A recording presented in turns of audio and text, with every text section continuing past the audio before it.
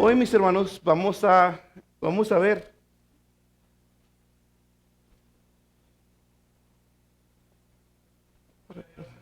Vamos a ver, mis hermanos. Ya vimos la naturaleza divina. ¿Le puede dar la siguiente, mi hermana, por favor?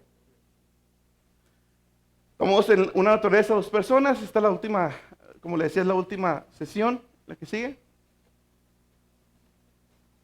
Dos naturalezas. Ahí hablábamos de ese gráfico, ¿verdad?, que veíamos de la Trinidad, ¿sí? Como una sola esencia. Recordamos que Dios es un solo ser con una sola esencia, pero tres personas, ¿sí? Tres personas. El Padre, el Hijo y el Espíritu Santo, ¿sí? Una sola naturaleza divina, ¿verdad? ¿El que sigue? Veíamos también que el Hijo tiene dos esencias, la esencia divina o la naturaleza divina, pero también tiene la naturaleza humana, la esencia humana, ¿sí? ¿Qué sigue? Entonces, ahí veíamos, era la introducción a lo que es el tema. Cristo, una persona, ¿y qué? Dos naturalezas, ¿sí? ¿Qué sigue? Entonces, vamos a ver hoy la naturaleza humana. Mis hermanos, la venida del Hijo de Dios, de la segunda persona de la Trinidad, al mundo, ¿sí?, haciéndose hombre, es un elemento más importante de la historia. Por eso estudiar lo que vamos a estudiar hoy, mis hermanos, es bien importante, es clave, es médula central de la doctrina que nosotros creemos, de lo que nosotros creemos como el Evangelio. Es el centro del cristianismo bíblico y por eso es necesario que consideremos la doctrina de la encarnación de Jesús, ¿sí? Así se llama esta doctrina, la doctrina de la encarnación, y ahorita vamos a entrar en términos un poquito más teológicos, pero a rasgos generales es la doctrina de la encarnación. ¿Qué sigue, mi hermana? La encarnación, mis hermanos, vamos a entrar en materia entonces. La encarnación, versículo clave, mis hermanos, para hablar de la encarnación, y versículo, uno de los versículos más claros en la palabra de Dios acerca de la encarnación. Y aquel verbo fue hecho carne y habitó entre nosotros, y vimos su gloria como el unigénito, y vimos su gloria como el unigénito del Padre, lleno de gracia y verdad. Pero ¿qué dice? Que aquel verbo, que ya vimos que es Cristo, que es Dios, ¿sí?, es Jesús, aquel verbo fue hecho carne. ¿Ah? Fue hecho carne. Ahora la palabra hecho que está ahí, mis hermanos, indica un cambio o transición, ¿sí? El eterno, dije cambio o transición, ¿eh? Eso es importante. El eterno Hijo no siempre fue carne, pero fue hecho carne, ¿sí? Cuando se concibió en el vientre de María. O sea, la esencia humana de Jesús tuvo un principio en el vientre de María, ¿sí? Entonces aquel verbo fue hecho, eso se refiere a hecho, o sea, como que, no como que, sino que más bien, me está dando un poquito, pero la segunda persona de la Trinidad, el Hijo, incorporó a sí mismo la naturaleza humana, ¿sí? La esencia humana. Por eso dice la palabra hecho. Ahora, dice fue hecho carne, ya hablando de la encarnación. La palabra encarnación, la palabra encarnar, ¿sí?, significa ser carne. Dale la que sigue, hermana, por favor. La palabra encarnar viene del verbo latino, es de latín, que significa ser carne o convertirse en carne.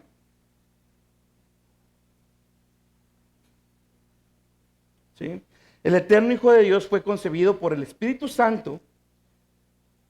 Y de una vez, mis hermanos, le hago hincapié en que vayamos viendo la obra también del Espíritu Santo en el ministerio de Jesús. Y desde aquí es como comienza.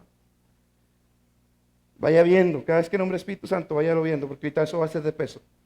Entonces, el eterno Hijo de Dios fue concebido por el Espíritu Santo en el vientre de una virgen y nació Jesús de Nazaret, Dios hombre. ¿Sí?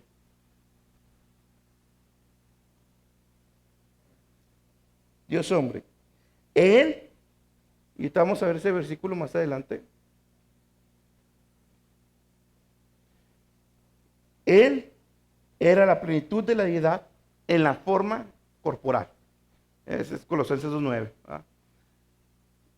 toda la deidad habitó corporalmente en su plenitud, dice Colosenses, la plenitud de la deidad habitó corporalmente en Jesús.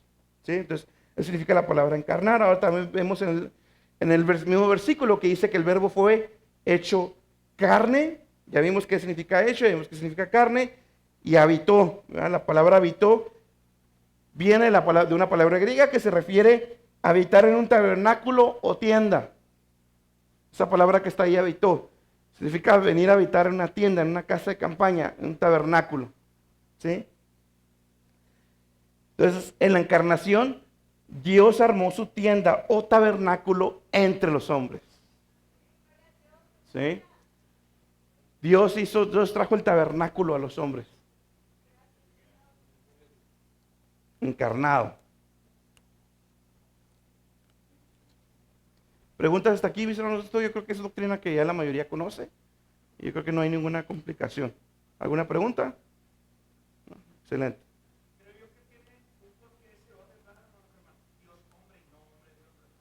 Ahorita vamos a entrar en eso. Ahorita vamos a entrar en eso. Sí, ahorita entramos en eso. Y es bien importante, ¿eh? Bien importante. Soporte bíblico, mis hermanos. Más soporte bíblico acerca de la encarnación. Dice, y sin contradicción, grande es el ministerio de la piedad. Dios ha sido manifestado en carne. ¿Ah? Ha sido justificado. Otra vez vemos el Espíritu, ¿eh? Ojo, porque ahorita va a ser de peso eso. Ha sido justificado por el Espíritu. Ha sido visto de los ángeles, ha sido predicado a los gentiles, ha sido querido en el mundo, ha sido recibido en gloria. Amén. Es otro versículo. ¿Va? También tenemos Filipenses 2, versículos 6 al 8. Voy a leer la nueva versión internacional. Dice, quien siendo por naturaleza Dios, no consideró el ser igual a Dios como algo a que aferrarse. Por el contrario, se rebajó voluntariamente tomando la naturaleza de siervo, la naturaleza de un hombre, ¿verdad? Y haciéndose semejante a los seres humanos, y al manifestarse como hombre, se humilló a sí mismo y se hizo obediente hasta la muerte y muerte de cruz. Bueno, Oscar, ¿me puedes hacer favor? Dejé un agua ahí atrás, si me lo puede pasar, por favor. Más versículos, mis hermanos. Lucas 24:39. Dice, mirad, esto es después de la resurrección de Cristo. Este versículo es bien importante, porque es después de la resurrección de Jesús, cuando Jesús aparece. Dice, mirad mis manos y mis pies, que yo mismo soy. Gracias, hermano. Dice, yo mismo soy. Palpad y ved que el Espíritu ni carne ni huesos, como veis que yo tengo. ¿Verdad? Jesús no fue un holograma, Jesús no fue así como que se manifestó más o menos así como que medio imagen de hombre. No, ahí Jesús está diciendo bien claro, ¿va? Aquí están, tóquenme, mis carne y mis huesos, ¿va? Físicamente, literalmente. Ahora, consecuentemente, mis hermanos, viene la pregunta, ¿cómo fue la encarnación? Y antes de entrar en el cómo, mis hermanos, cabe decir, ¿va?, que nadie, mis hermanos, va a poder explicar al dedillo cómo fue la encarnación. Nadie, vamos a llegar hasta un límite y yo voy a exponerlo nomás simplemente a lo que dice la palabra y hasta ahí me va a quedar. Porque el cómo es un misterio, mis hermanos. ¿Sí? Entonces, ¿cómo fue? ¿Qué dice la Biblia acerca de la encarnación? Lucas 1, 26 y 27. Dice, y al sexto mes, el ángel Gabriel fue enviado de Dios a una ciudad de Galilea llamada Nazaret, a una virgen, subrayado, ¿sí? Porque Lucas enfatiza eso 2 veces, ¿va? Que es una virgen, lo enfatiza 2 veces. Desposada con un varón que se llamaba José, de la casa de David. Y el nombre de la virgen era María. 2 veces, virgen. Entonces, primero, ¿cómo fue la encarnación? Por medio de una joven virgen, una virgen, ¿va? Dice, la virginidad de María se declara 5 veces en los evangelios.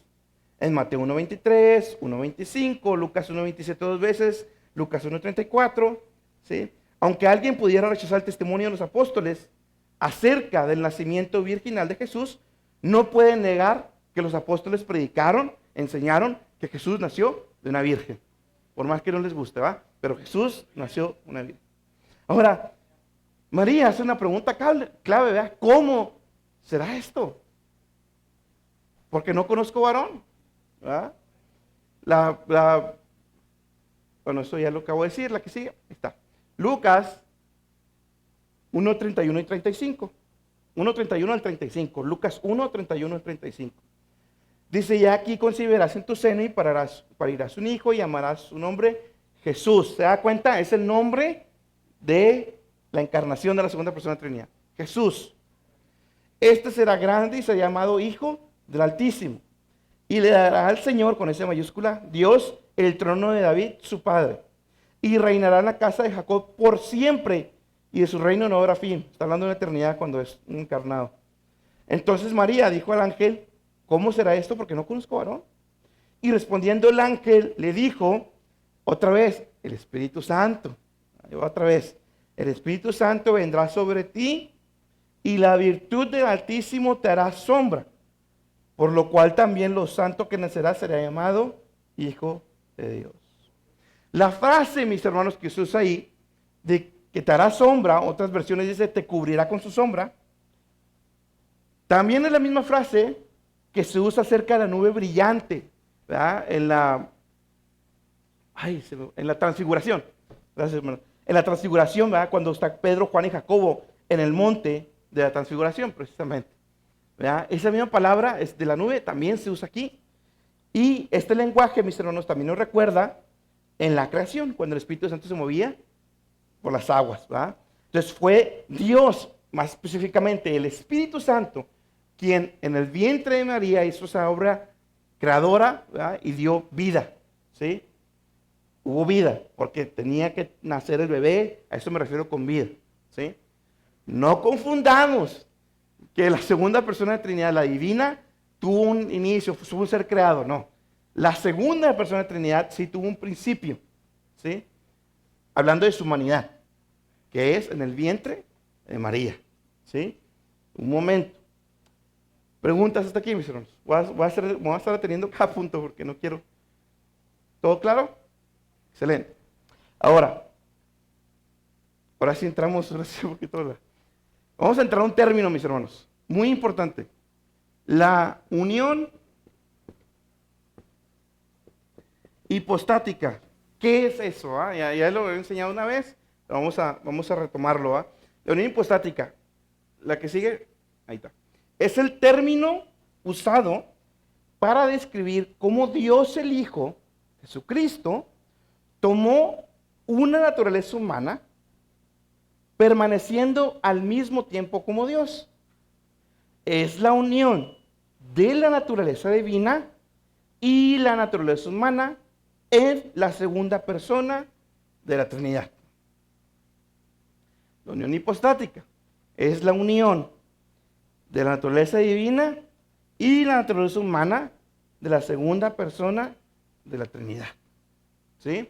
Por eso a esa unión se le dio un nombre de unión hipostática. Va a escuchar esa misma teología con católicos, ellos manejan el mismo término, ¿va? Pero igual nosotros también le llamamos de la misma, usamos el mismo término, y esto es un término más teológico, mis hermanos, ¿sí? No nomás de la encarnación, el término más teológico todavía es la unión hipostática, ¿sí? Es la unión de la naturaleza divina y la naturaleza humana, la segunda persona de la Trinidad. Es extremadamente importante, mis hermanos, que entendamos que el Hijo de Dios no dejó de ser Dios en la encarnación. No dejó de ser Dios. ¿Sí?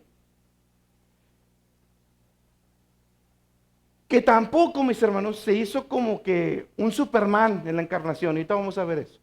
Pero lo más importante, mis hermanos, es que entendamos que en la encarnación, la segunda persona de la Trinidad no dejó de ser Dios. ¿Sí? No dejó de ser Dios. En lugar de eso, el Hijo de Dios se convirtió en algo que nunca había sido visto antes. Jamás. Ni se volverá a ver. ¿Sí? La que sigue, por favor. La persona divina, Jesucristo, Dios Hijo, tiene una naturaleza divina propia de su persona, pero cuando el Señor se encarna, esa persona divina incorpora en sí mismo una naturaleza humana. ¿Sí? Es Carballo, pues nomás para de referencia, es un teólogo español, de buena doctrina. Pero me gustó como lo decía él, y más me gustó que usara la palabra incorporar. A mí me ayudó a entenderlo un poquito más. Entonces, otra vez, es la persona divina el Hijo, la segunda persona de la Trinidad, en su esencia divina, incorporando, ¿sí? Incorporó la naturaleza humana. Se hizo el Dios hombre, una persona con dos naturalezas distintas, pero indivisibles. Entonces, por eso lo estoy poniendo aquí, y creo que ahorita traigo la siguiente, por favor. ¿La siguiente? No, entonces lo traigo más adelante. ¿La que sigue? Ahí está. Vamos a poner ese texto de una vez. Es lo que estoy dibujando aquí, ¿verdad? La unión hipostática es Dios Hijo, ¿verdad? Eso que estoy encerrando es la persona, ¿verdad? La persona, para poder entenderlo un poquito más. La persona de Dios Hijo. Pero ya tenía eso, naturaleza humana, nomás que hizo, incorporó la naturaleza humana. Perdón, ya tenía la naturaleza divina, incorporó la naturaleza humana. Se hizo el Dios hombre, una persona con dos naturalezas distintas, pero indivisibles, divina y humana. Ya indivisibles, no se podían ya, porque hay herejías que entienden como si fueran dos personas, y no, ¿sí? Como si fueran dos personas diferentes, dos seres. No sé, está medio raro eso. Está más difícil de entender eso. Pero bueno.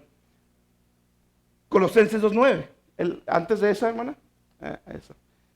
Porque, fíjese lo que dice, toda la plenitud de la deidad.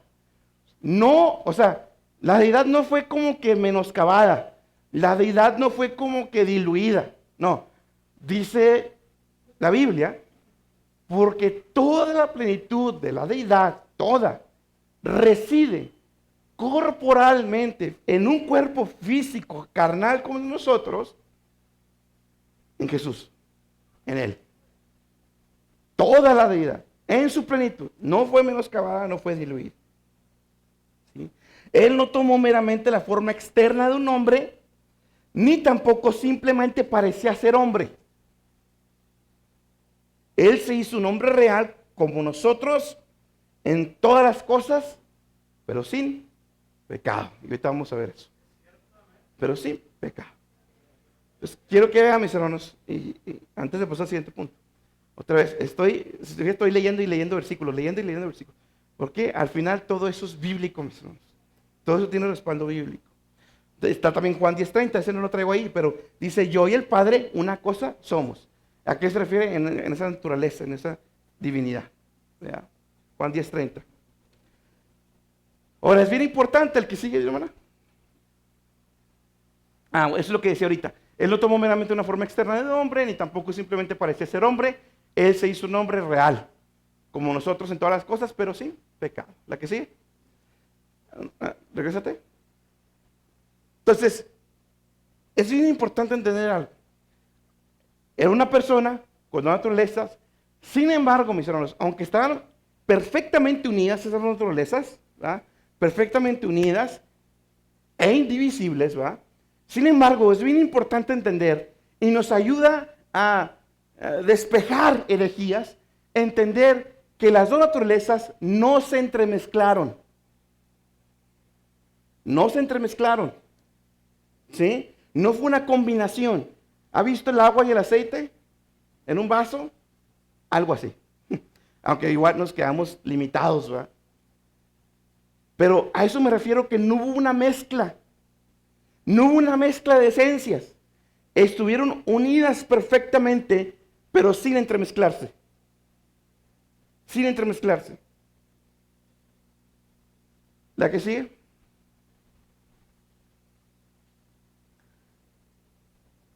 Aunque las dos naturalezas están unidas en la persona de Cristo, no están mezcladas entre sí.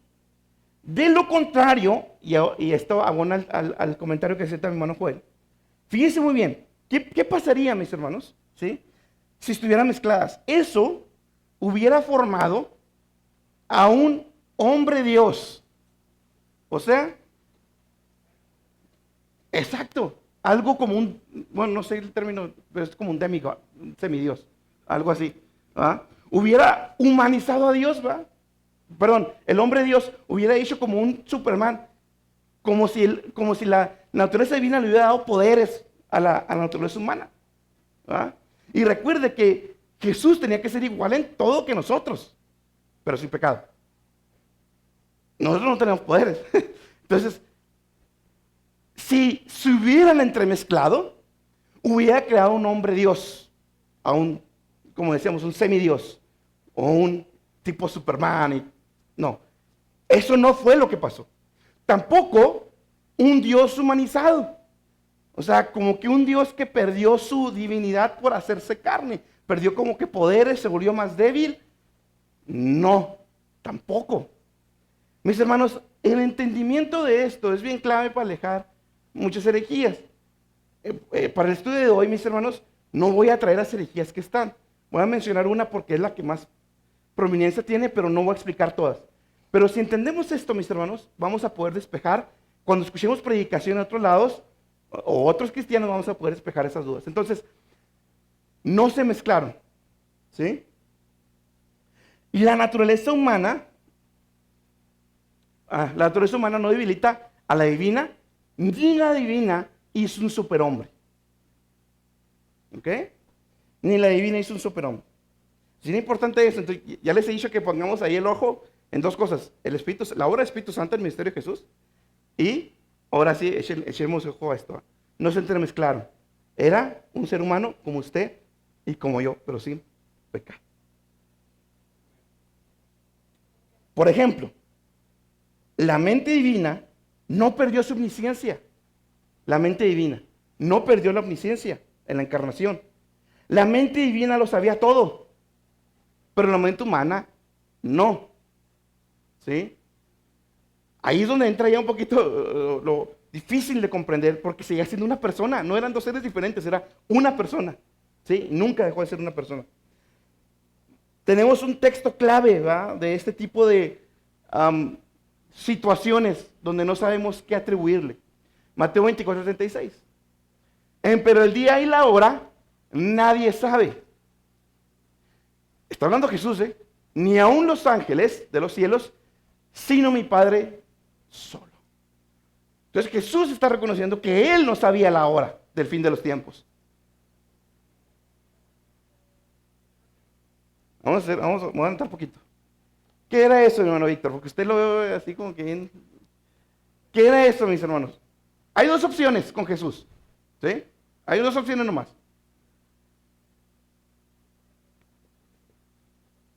O era la naturaleza humana o era la naturaleza divina.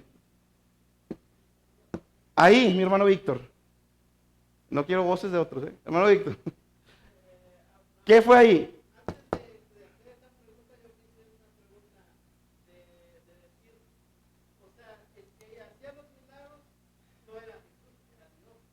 No como ansias, espéreme, no como ansias. Es que para allá voy. Pero necesito construir haz de cuenta que estoy construyendo un castillo, ¿va? Y necesito irlo construyendo por bloquecito, y al final van a ver todo el castillo completo. Entonces, primero, antes de pensar en otras cosas, la mente, ese versículo que tenemos ahí, ¿quién era? Bueno, más bien, ¿cuál de la naturaleza se está expresando? ¿Por qué?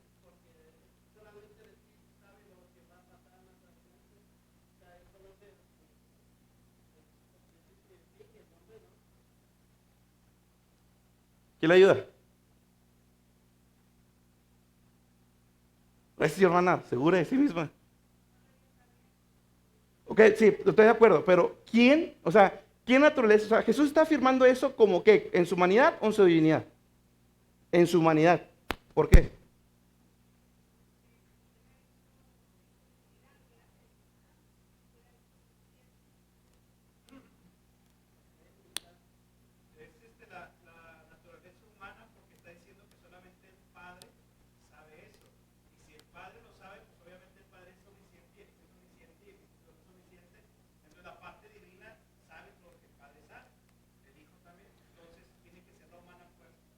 Correcto, ¿verdad? Es la naturaleza humana. Cuando hablamos de esas afirmaciones como en la mente que Jesús hacía, ¿sí? Cuando tenemos esos problemas donde vemos la mente de Jesús o Jesús hablando, ¿verdad? Es donde se pone difícil saber cuál fue. Pero si, por ejemplo, yo le digo, Jesús tuvo sed, ¿fue la humana o la divina? ¿Por qué?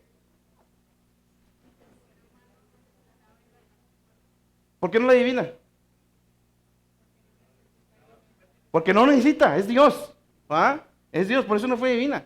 Jesús tuvo hambre, ¿fue la naturaleza humana o la divina? La humana, ¿va? El problema de los teólogos, alrededor de los años de la iglesia cristiana, es cuando nos metemos con versículos, cuando Jesús está expresando su mente, que en este caso es su mente, ¿va? Y cuando hace los milagros. Ese es el problema. Pero ahorita lo vamos a ver. No sé, no como ansias. Entonces, si Jesús era Dios, ¿cómo no podía saber esto? ¿Va? Porque esta era una declaración desde su humanidad. Otros ejemplos, ¿verdad? Jesús tuvo hambre, Jesús tuvo sed, Jesús sudó en Getsemaní, ¿verdad? ¿Era eso la divinidad? No, era la humanidad, ¿sí? El hecho de que Jesús no sabía el día ni la hora del fin, no indica, escúcheme bien, hermano, no indica una separación entre su naturaleza humana y la divina.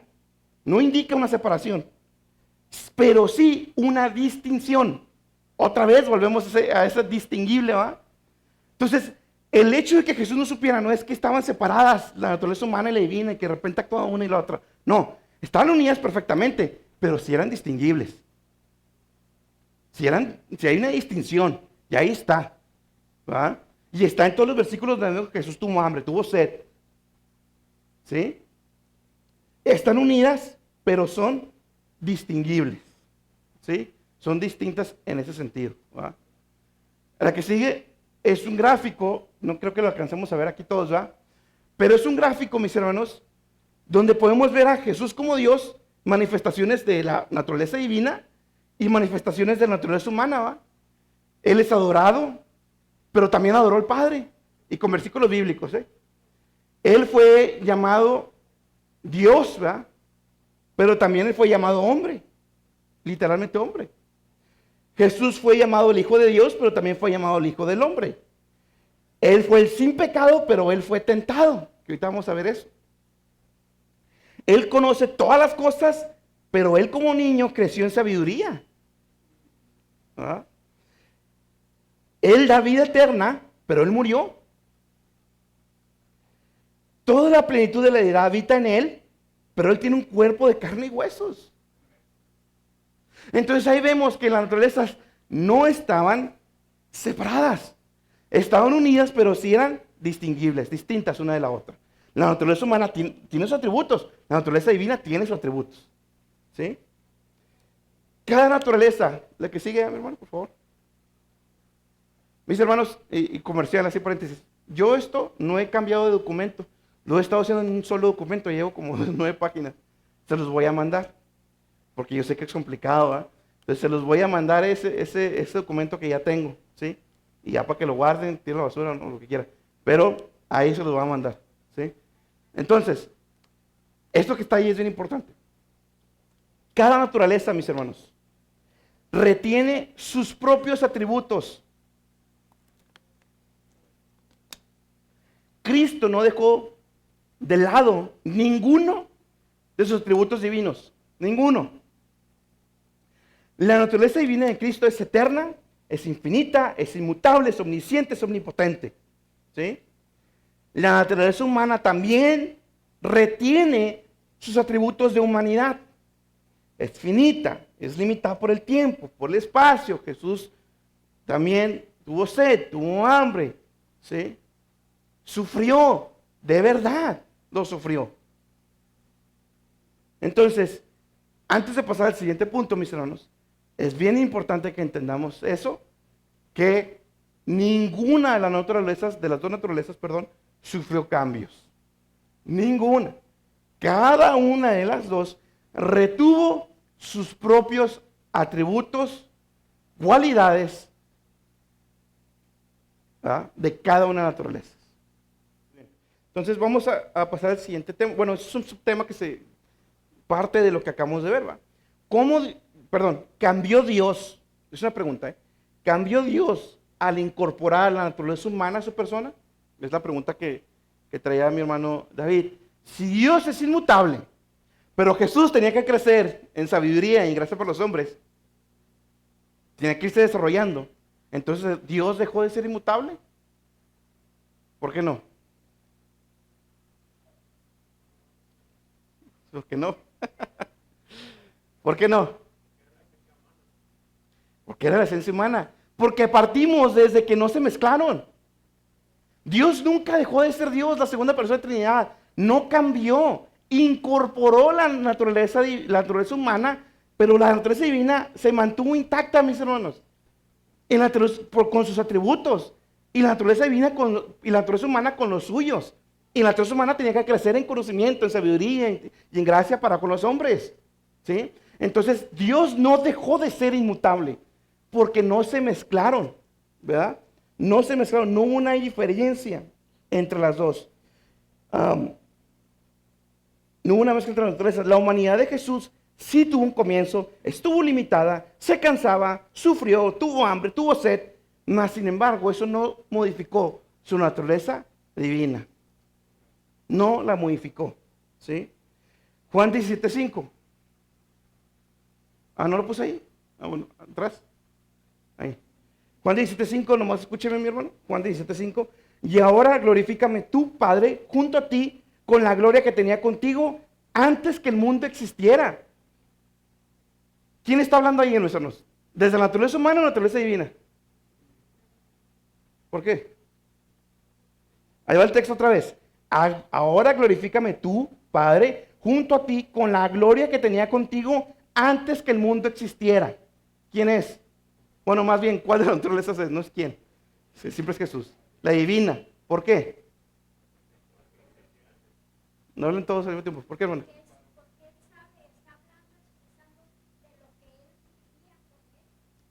Ahí la clave, antes que el mundo existiera. Está hablando de la eternidad. En su humanidad no hubiera podido saber eso, pero en su divinidad sí lo sabía, ¿verdad? Entonces, estos tipos de versículos son el problema con los teólogos. ¿Cómo lo designamos? ¿Para dónde lo mandamos? ¿Verdad? Pero es claro cuando entendemos que no se mezclaron sus naturalezas, que eran unidas, perfectamente unidas, pero distintas, ¿sí? Ahora sí viene la pregunta, así que Dios me ayude. Fíjense muy bien. Ahí va la pregunta, Ya entendimos las manifestaciones humanas de la naturaleza humana de Jesús. Ya se nos habló que Jesús tenía que ir creciendo en sabiduría y gracia para con los hombres. Tuvo que desarrollarse, tuvo sed, tuvo hambre. Pero, hablando de la segunda persona, hablando ya de Jesús como el verbo encarnado, ¿qué hacemos con los milagros? ¿Cómo? Si no era un superhombre, si no era un Superman cristiano, ¿verdad? ¿Cómo explicamos los milagros? Y allí es donde se mete, donde ha habido mucha controversia, ¿verdad? En la Biblia nos encontramos relatos, mis hermanos, donde podemos ver manifestaciones de la divinidad de Jesús. Por ejemplo, decía que Jesús conocía el pensamiento de ellos. ¿Sí? ¿Para qué sigue, hermana, por favor? Hasta ahí, hasta ahí.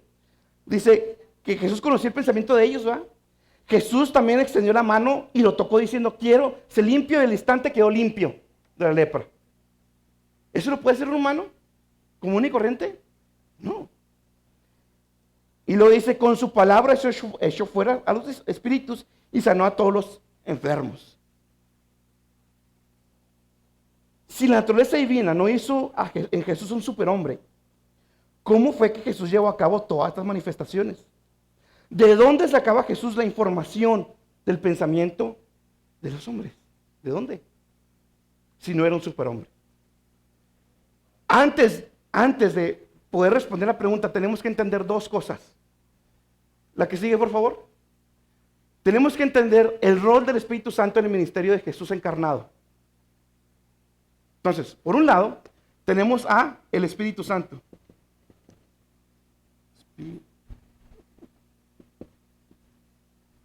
¿Sí? Tenemos que entender su rol.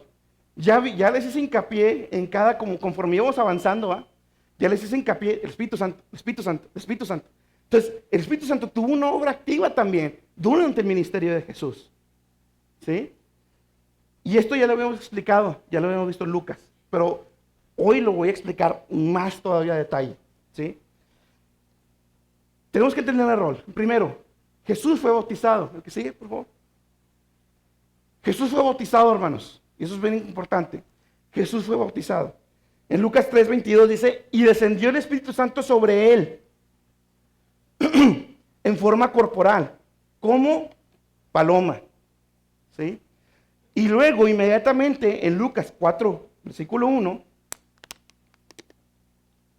dice que Jesús, lleno del Espíritu Santo, volvió a Jordán y fue llevado por el Espíritu en el desierto, al desierto. Entonces, vemos que Jesús fue lleno del Espíritu Santo. ¿Sí? Primer punto, fue bautizado y fue lleno con el Espíritu Santo. Lo primero. Segundo, tenemos que entender que Él se despojó del uso independiente de su divino poder. Y es bien importante las palabras que estoy usando ahí, mis hermanos. Bien importante las palabras que estoy usando ahí. Él se despojó del uso independiente de su poder divino. Esta palabra es la clave. Él se despojó del uso independiente de su poder divino. Entonces no podemos decir, no podemos atribuir rápidamente, que Jesús hizo todo por el poder de su segunda persona de Trinidad. No lo podemos subir así de rápido, porque Filipenses dice que Él se despojó del uso independiente de su poder. ¿Sí? Filipenses 2, del 6 al 7. Aunque era Dios, no consideró ser igual a Dios fuera algo a lo cual aferrarse. En cambio, renunció a sus privilegios divinos, optó la humilde posición de un esclavo y nació para ser como un ser humano cuando apareció en forma de hombre. Entonces, Él, Jesús, no abandonó sus atributos divinos. Otra vez, no abandonó, no fueron modificados. ¿Sí? Pero Él, Jesús, voluntariamente sometió el uso de su poder a la voluntad del Padre.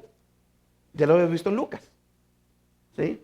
Él sometió el uso de su poder. O sea, Jesús dijo, no voy a usar mi poder para mi beneficio propio. Siempre que lo use, va a ser su voluntad. Su voluntad. Jesús negó otra vez el uso independiente de su divino poder y se sometió por completo a la voluntad del Padre. Sí, eso queda claro, ¿ah?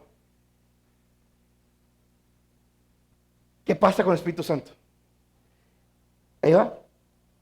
Jesús en su humanidad, hermanos, como hombre, ¿sí? Él necesitaba el poder del Espíritu Santo. Porque aunque su naturaleza humana era perfecta e impecable, no tenían poder sobrenatural. Es lo que hemos visto ahorita. No era un superhombre, como un Zeus, un Hércules. No era un superhombre. En su naturaleza humana necesitó la llenura del Espíritu Santo para hacer todo lo que hizo. ¿Sí? Por lo tanto, mis hermanos, la que sigue, la hermana, por favor. Ahí está. Por lo tanto, el uso de su divino poder fue mediado hacia su humanidad por medio del Espíritu Santo bajo la voluntad del Padre. La que sigue, vamos a poder entenderlo un poquito más. Ahí está. Jesús no usó sus poderes así nomás como así. Primero, lo sometió a la voluntad del Padre. Segundo, ¿por qué habría de ser lleno del Espíritu Santo? Porque tenía una naturaleza humana igual que la de nosotros y por lo tanto necesitaba un medio de comunicación de sus atributos, de su poder divino a su humanidad. Y Dios me traía a la mente como cuando alguien tiene el don de sanidades, no es lo mismo, pero como alguien tiene el don de sanidades, no es que la persona tenga el superpoder. Es cuando la voluntad de Dios quiere obrar a través, hermano. Pero es el Espíritu Santo a través y obrando la sanidad. Con Jesús fue algo similar. Digo similar porque nosotros no somos Dios. Él sí usó su naturaleza, sus atributos divinos bajo la voluntad del Padre por medio del Espíritu Santo. Todos los milagros que él hizo fue por medio del poder del Espíritu Santo. Él fue el medio de transmisión de sus atributos divinos a lo que él hizo. ¿Sí? ¿Cómo Jesús sabía el conocimiento? ¿Cómo sabía él el pensamiento de los hombres? ¿Quién se lo dijo? El Espíritu Santo. Eso, no me acuerdo la traducción en latín como es, porque no la vi al detalle, pero que la traducción era más o menos como comunicación de idioma. Eso en latín era otra cosa, pero comunicación de idioma. A ese nombre en latín le dan para hablar de la comunicación del Espíritu Santo, de la naturaleza divina a la humana. El Espíritu Santo era el medio por el cual Jesús podría obrar todo lo que hizo. El poder del Espíritu Santo era esencial, ya que en su humanidad Cristo no habría realizado los hechos milagrosos que hizo, ni hubiera dicho las palabras divinas que expresó. No hubiera. ¿Por qué? ¿Qué es una palabra divina? Eso, los dos versículos que vamos a ver ahorita, Señor, devuélveme la gloria donde estaba antes de que el mundo existiera, o que Él perdonaba pecados, todo eso son manifestaciones, ¿verdad? Son las palabras divinas que Él expresó. Versículos, mis hermanos, Lucas 4:18. Lucas 4:18 dice: el Espíritu del Señor es sobre mí, por cuanto me ha ungido. Y luego es una lista de todas las cosas que Jesús hizo. Todas fueron por medio de el Espíritu Santo. Y ahí lo dice Jesús claramente. Todas fueron por medio del Espíritu Santo. ¿Sí? Hechos 10:38. El que sigue. Ahí está. Dice: cuanto a Jesús de Nazaret, como le ungió Dios el Espíritu Santo y de potencia, el cual anduvo haciendo bienes y sanando a todos los oprimidos del diablo. ¿De su propio poder? ¿En su naturaleza humana? No. Dice, porque Dios era con él. Era por medio del Espíritu Santo que Jesús hizo todo lo que hizo. Amén. Ya por último, mis hermanos, yo creo que sí alcanzo. Me quedan 10 minutitos, según ese reloj. 10 minutitos. Ahí va. La tentación de Jesús. Eso nos va a ayudar a entender todo esto. Sí, nos va a ayudar a entender más todo esto. ¿Qué pasa?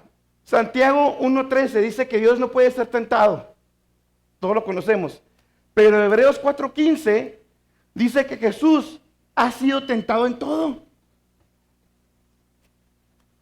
Si Jesús es Dios, o fue tentado o no fue tentado. Si Jesús es Dios, ¿podía haber sido tentado? No, mis hermanos, Él fue tentado en su humanidad. Sin embargo, Él no podía pecar porque era Dios. Porque nació también sin pecado, porque era Dios, ¿verdad? No podía pecar. Ahora, si no podía pecar, si Jesús no podía pecar, ¿qué tan real fue la tentación para Jesús? Porque Hebreos dice que Él se puede compadecer de nosotros. Porque Él fue tentado en todo. Pero cualquier persona puede decir, bueno, pues Jesús era Dios. Pues no tuvo que batallar como yo, ¿verdad? ¿Qué pasa, mis hermanos? Mateo 4:2 al 3. Vamos a hablar de la tentación de Jesús, específicamente de la tentación de Jesús. Y Jesús, después, subrayado, de haber ayunado 40 días y 40 noches, tuvo hambre. Dos datos importantes. Después de haber ayunado, ya no estaba ayunando, su ayuno había terminado. Tuvo hambre. Como usted y como yo cuando terminamos de ayunar, pero él ya tenía 40 días y 40 noches, ¿no? Nos podemos durar 4 horas. Entonces, él tenía 40 días, 40 noches con un cuerpo humano como usted con el mío, ahí nomás como detalle. Pero bueno. Entonces, mis hermanos, ¿qué tan real fue? Fue una tentación real porque Jesús tenía hambre. Y Satanás aprovechó el momento para lograr que Jesús mostrara con orgullo sus poderes. Esa era la tentación. Que Jesús usara su poder fuera de la voluntad de Dios. Esa era la tentación para Jesús. No que comiera, comer era algo legítimo, porque había terminado su ayuno. Entonces estaban solos, nadie los iba a poder ver, ¿no? Satanás estaba intentando hacer que Jesús desconfiara del amor y la provisión de Dios para con él. Lo estaba tentando de usar su poder fuera de la voluntad del Padre. Esa era la tentación. Mateo 4:4, ¿qué respondió Jesús? ¿La que sigue? ¿La que sigue? Él respondió y dijo, escrito está, no solo de pan vivirá el hombre, sino que toda la palabra que sale de la boca de Dios. ¿Sí? Satanás vino con Jesús después de haber ayunado, tenía hambre, y Satanás está diciendo algo legítimo. De entrada, di que las piedras se conviertan en pan. Tenía hambre. ¿Sí? Como usted y como yo. En su humanidad, mis hermanos, no fue fácil. No podía en su divinidad, y lo cual lo protegía para no pecar. No tenía tampoco una naturaleza pecaminosa como nosotros, no tenía una tendencia al mal. Pero eso no significa que no sufrió la tentación, porque tenía hambre. ¿Sí? Jesús se negó a actuar por iniciativa propia, en total confianza en el amor de su fiel Padre y del cuidado del Espíritu, eligiendo mantenerse en sumisión a la voluntad de Dios. Decir que no fue fácil para Jesús en su humanidad. Recordemos Getsemaní. Jesús le dice, Padre, si fuera posible que pase de mí esta copa. No fue fácil. No fue fácil, hermanos. Y eso nos debería llevar a valorar, mis hermanos. Y ahora con la teología, tener un entendimiento más grande de lo que es el sufrimiento de Jesús en la cruz. No fue de mentiras. Él realmente sufrió la burla, los clavos, el hambre, la sed que tuvo ahí, los latigazos, todo lo que, pero sobre todo sufrió la ira de Dios en sus hombros. Fue real lo que Jesús sufrió. Fue real el abandono que sufrió también. No fue de mentiritas, mis hermanos. Jesús sufrió verdaderamente como hombre en la cruz del Calvario por nosotros. No estaba jugando, no estaba imitando algo. Su sufrimiento fue como 100% hombre. Y a veces, mis hermanos, no valoramos eso como deberíamos de valorarlo, porque no tenemos el conocimiento suficiente de quién es Jesús. Pero ahora sí lo tienen, hermanos. Ahora sí lo tienen. Entonces, mis hermanos, el mensaje principal es que Jesús ya venció, y ahora por eso también nosotros podemos vencer la tentación. Él fue el segundo Adán que sí venció. Es por eso entonces que Él se puede compadecer de nosotros. Decía un predicador que de hecho Jesús fue el único que sabe lo que es ser tentado, porque nunca se dio. Nosotros no sabemos lo que es ser tentados. Nosotros no sabemos. Él sí, porque nunca se dio. Nunca. Y no fue fácil. Pero si Cristo no es hombre y a la vez Dios, no puede ser nuestro mediador. Él debía pertenecer a la raza humana para poder representar a los pecadores en su obra redentora. Él tenía que ser 100% hombre, pero al mismo tiempo tenía que ser 100% Dios para poder morir en la cruz del Calvario, verdaderamente llevar el sacrificio y que verdaderamente derramara sangre y llevar el dolor y sufrimiento sobre su cuerpo 100% humano. Él no cedió a la tentación, hermanos. Él siempre fue lleno del Espíritu Santo en su humanidad. Eso nos deja una lección muy grande a nosotros. Jesús necesitó el Espíritu Santo en todo. En todo. No se nos olvide el Espíritu Santo, hermanos. Aunque estoy hablando de la segunda persona, no se nos olvide el Espíritu Santo. Mis hermanos, si Dios borrara el Espíritu Santo de la Biblia, si nos quitara el entendimiento de que existe el Espíritu Santo, muchos cristianos seguirían viviendo como si nada hubiera pasado. Necesitamos al Espíritu Santo, hermanos. Lo necesitamos. Mis hermanos, pidámosle a Dios, mis hermanos, ahora, con esto que ya aprendimos, que nos ayude a valorar más, a apreciar más, pero sobre todo que pongamos en acción con nuestra manera de vivir y valoremos realmente la deuda que ha sido pagada. La pagó de verdad la pagó. Oremos, mis hermanos.